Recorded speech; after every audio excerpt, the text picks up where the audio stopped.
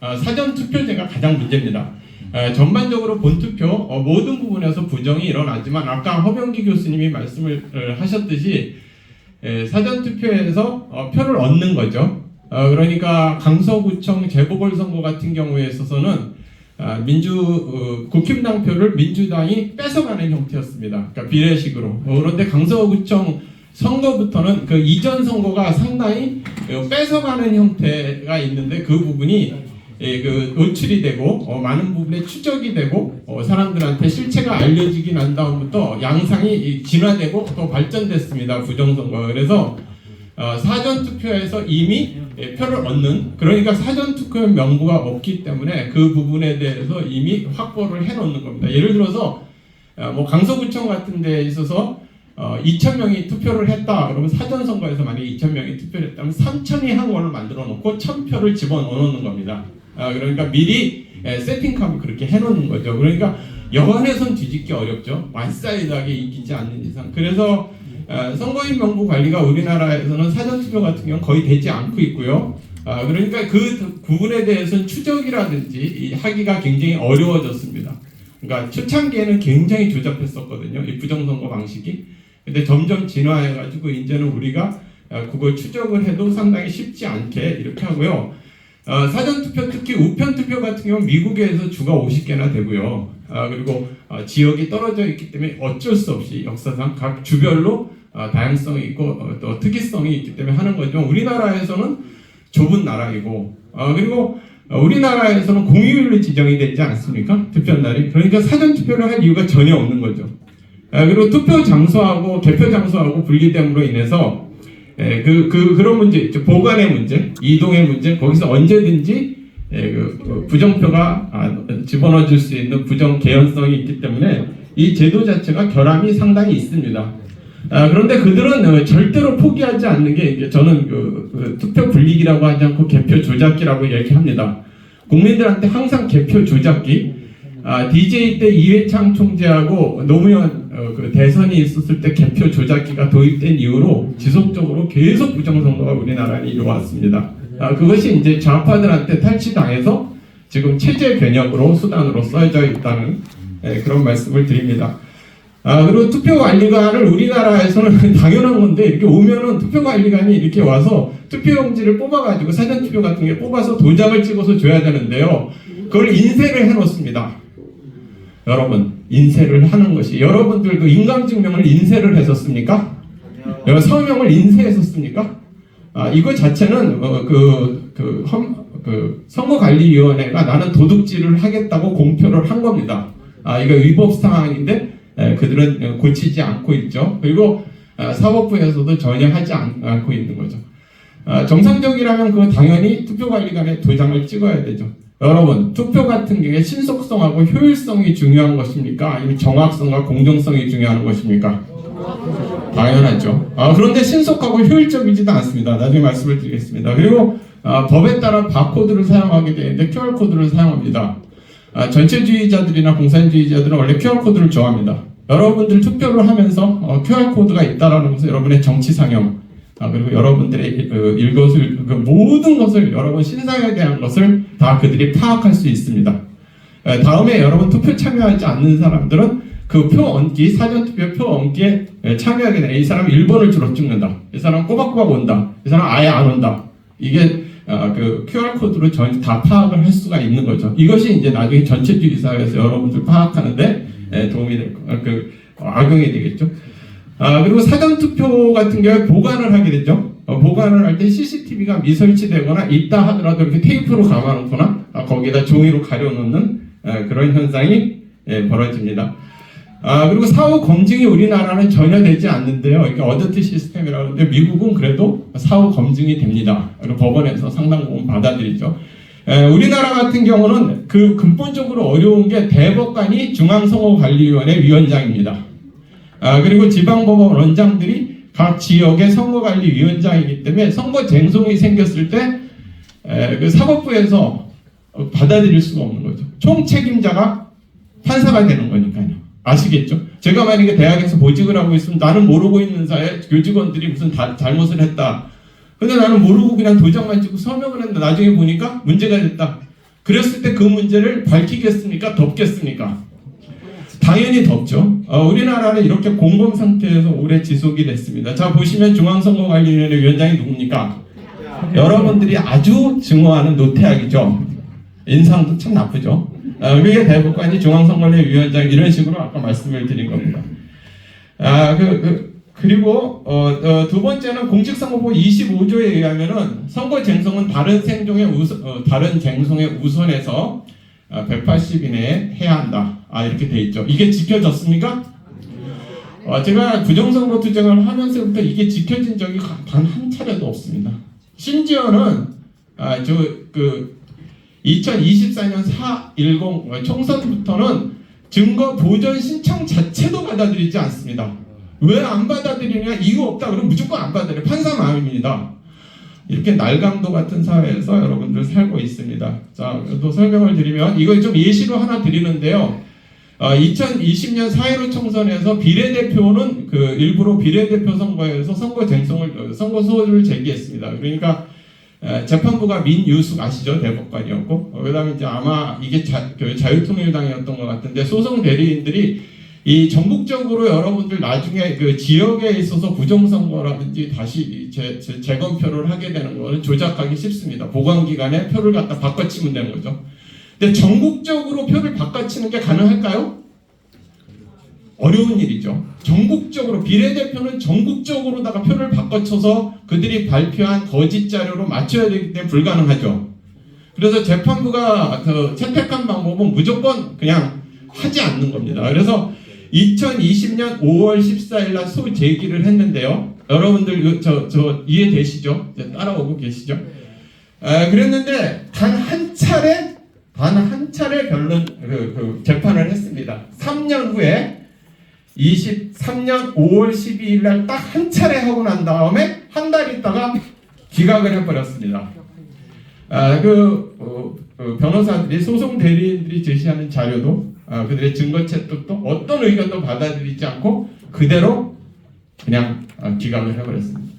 모든 선거 쟁송에서 이런 식으로 진행이 됩니다. 왜 그렇다고 말씀을 드렸습니까? 아까 말씀을 드렸죠. 이렇게 돼 있기 때문입니다.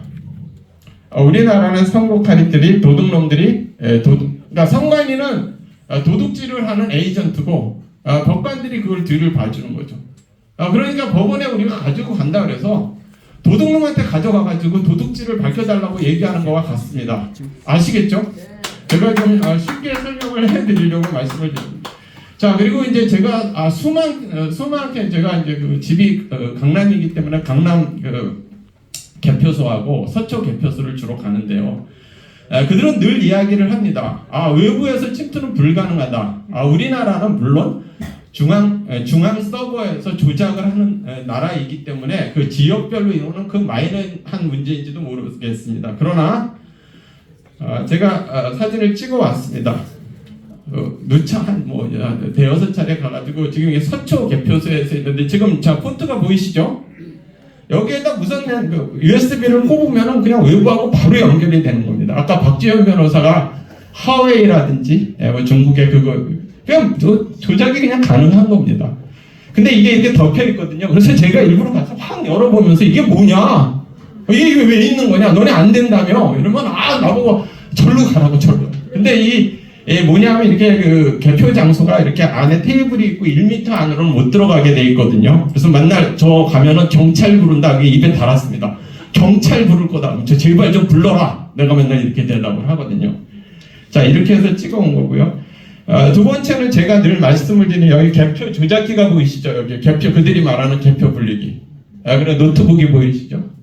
그래서 여기 강서구 재보궐선거 이전에는 개표 조작 프로그램으로 해가지고 만약 1.1대 1 이렇게 넣으면은요 10표당 민주당이 국힘당 표를 갖다가 10개당 하나씩 뽑아올 수 있는 겁니다. 이거는 학부 프로그램이 학부 프로그램 파스칼 정도나 이 정도만 배워도 이거 프로그램이 할 수 있는 겁니다. 1.1대 1로 넣으면 되잖아요, 기록식을. 그래서 이렇게 개표 조작기에서 뽑아옵니다. 그러면 참관인들이 100장씩 나중에 해서 세면 되지 않냐? 절대 세지 못합니다. 여러분 투표 참관인으로 들어가서 하나하나 선거관리위원회에 있는 사람들하고 그 세게 하진 않나요? 그냥 보기만 하라는 거예요. 건드리지도 말고 의의도 제기하지 말고 보기만 하라. 그런 것이 제가 계속 지난 5, 6년 동안 개표 참관인으로 들어가서 이렇게 경험한 바입니다. 자, 여기에 그 내부에 있어서 무선 칩을 장착했는지 우리 얼마든지 확인해 볼 수 있는데 이런 확인이 안 되고 있죠. 그리고 그 보관 과정에서 아까도 말씀을 드리지만 사전선거 투표함에 CCTV가 안 돼 있거나 있어도 테이프로 가려놓거나 종이로 가려놓고 있고요. 그래서 이 관내 특히 우편 투표 이런 부분에 있어서 말도 안 되는 일이 막 벌어지고 경주에서 서울까지 0.5초 만에 도달하고 막 이래요. 자료를 보면 말도 안 되는 일이 있고 그리고 제가 말씀을 드리면 이게 투표 봉인지입니다.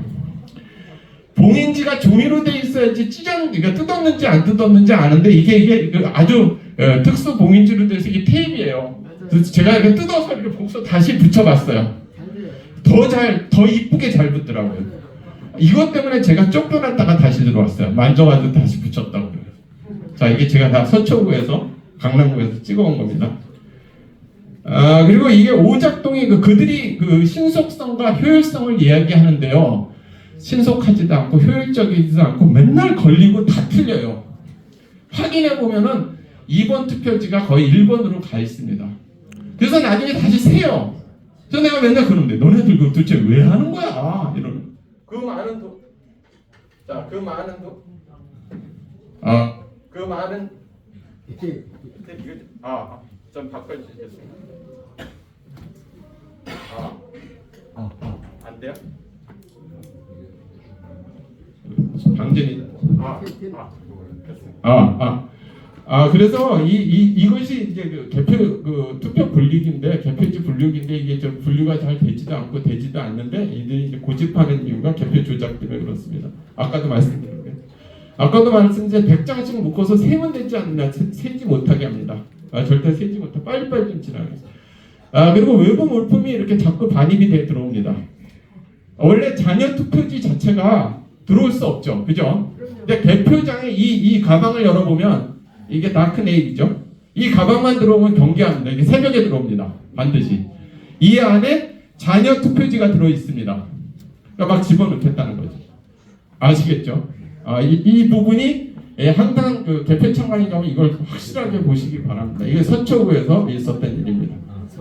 자, 그리고 여러분들이 좀 주의하셔야 되는 게 아니라 개표 따로, 상황표 따로 해가지고 만약에 국힘당표가 560표다. 근데 이게 여기다가는요, 종사원들이 350표 이렇게 적습니다. 그럼 내가 여기 분명히 아까는 570표라고 그랬는데 왜 350표라고 적냐고 그러면 절로 안 가냐? 경찰 부를 거야. 그리고 이렇게 종이로 이렇게 들고 있습니다. 진짜예요. 서초구에서 경험한데 종이로다만 이렇게 가려요. 그래서 당신 뭐 하는 거냐? 그러고 오늘 대표 상황표 자체는 절대 보여주지 말라고 지시를 받았습니다. 이러면서 막 가려요. 그럼 얼굴로 막 제가 이제 카메라를 이 뒤통수로 카메라를 막 이렇게 가려요. 나이가 선관위에 있는 어린 사람들 20대 30대 이게 제가 강남구와 개표에서 4, 5차례 경험했던 일들입니다. 그러니까 개표 조작 따로 개표 조작 따로 상황표 따로 이게 판사는 뭣도 모르고 중앙에 앉아가지고 도장 쾅쾅쾅쾅 찍고 앉아있는 거예요. 여러분 사실 사전투표에서 표 얹기서부터 해가지고 이 부분이 이미 조작이 됐지만 결과적으로 이 부분에 있어서 당일 개표에서도 어마어마하게 사실 일어납니다. 물론 사전투표만큼 일어나진 않죠. 그리고 거소투표에서도 문제가 있는데 병원에 있거나 장애인이거나 투표장에 사전투표건 당일 표결은 갈 수 없는 사람들 같은 경우에 있어서는 이런 데다가 이렇게 볼펜으로 긋고 도장을 찍기도 하고 막 이래서 이것도 조작의 마이너한 문제지만 큰 포션은 차지하지만 이 부분에 대한 관리가 굉장히 중요하고요. 그리고 국회에 있는 사람들 그 부분은 완사하게 민주당을 찍죠. 이민만 가면은 전부 민주당 지지자가 되는 건지 아니면 왜 그런 건지 모르게 이렇게 나타나고 있습니다. 그리고 선관위 직원들이 굉장히 고압적이고요. 맨날 경찰 부른다고. 저는 맨날 경찰 제발 좀 부르라. 그래가지고 경찰서에서 한번 왔다 갔다 한 적이 몇 번 있었어요. 자, 그런 식이고. 그리고 임시 아르바이트 하는 사람들이 국적이 불명확해가지고 한국말을 잘 못하는 사람이 많더라고요. 상당히 그랬습니다. 지금까지. 그리고 당일 투표 같은 데 이게 대치 이동 여러분 아시죠? 대치 성당 바로 앞에 있는 거기 주민센터에서 제가 거기서 이제 그거 한 건데 미리 일련 번호를 이렇게 뜯어 놓습니다. 자 보이시죠? 여기 일련 번호 뜯어 놨죠? 가가지고 우리가 직접 눈앞에 보이는 데도 뜯어서 거기다 이렇게 집어넣어야 되는데 다 뜯어놔. 그럼 나 이거 인정할 수 없다. 당신 이거 다 뜯어놓는 게 어딨어? 내가 이렇게 하면 경찰 부른다. 이 특정 지역의 사투리로 경찰 부른다. 그거 불러라. 그래서 경찰이 왔어요. 근데 나는 인정할 수 없다. 나갈 수 없다. 그러니까 뒤에서 빨리 좀 투표 좀 합시다. 나 놀러 가야 돼요. 막 사람들이. 그래서 이것만 제외하고 하기로 합의를 보고 거기다가 이렇게 잘못된 거 이렇게 해놓고 했는데 보통 사람들 이거 확인 안 하죠. 당일 투표를 하도 일련 번호가 있는지 확인하셔야 됩니다. 아시겠죠? 요즘 정리. 네네 알겠습니다. 다 됐습니다. 자, 정말 많은데 개선 방안에 대해서 그럼 말씀을 드리겠습니다. 지금 단계에서는 선거관리위원회 그리고 판사들 그리고 여야 모두 그리고 검사, 판사 모든 사람들이 선거 범죄 카드들이 연루되어 있기 때문에 그들 보고 제도 개선을 하고 국회에서 선거법을 개선하라 그래서 될 수 있을까요? 안 될까요? 안 됩니다. 그러니까 처단을 해야 되는 겁니다. 그들의 처단을 해가지고 그것을 우리 국민들의 그 재단에 바쳐야 되는 겁니다. 또 그러네. 잠깐만요.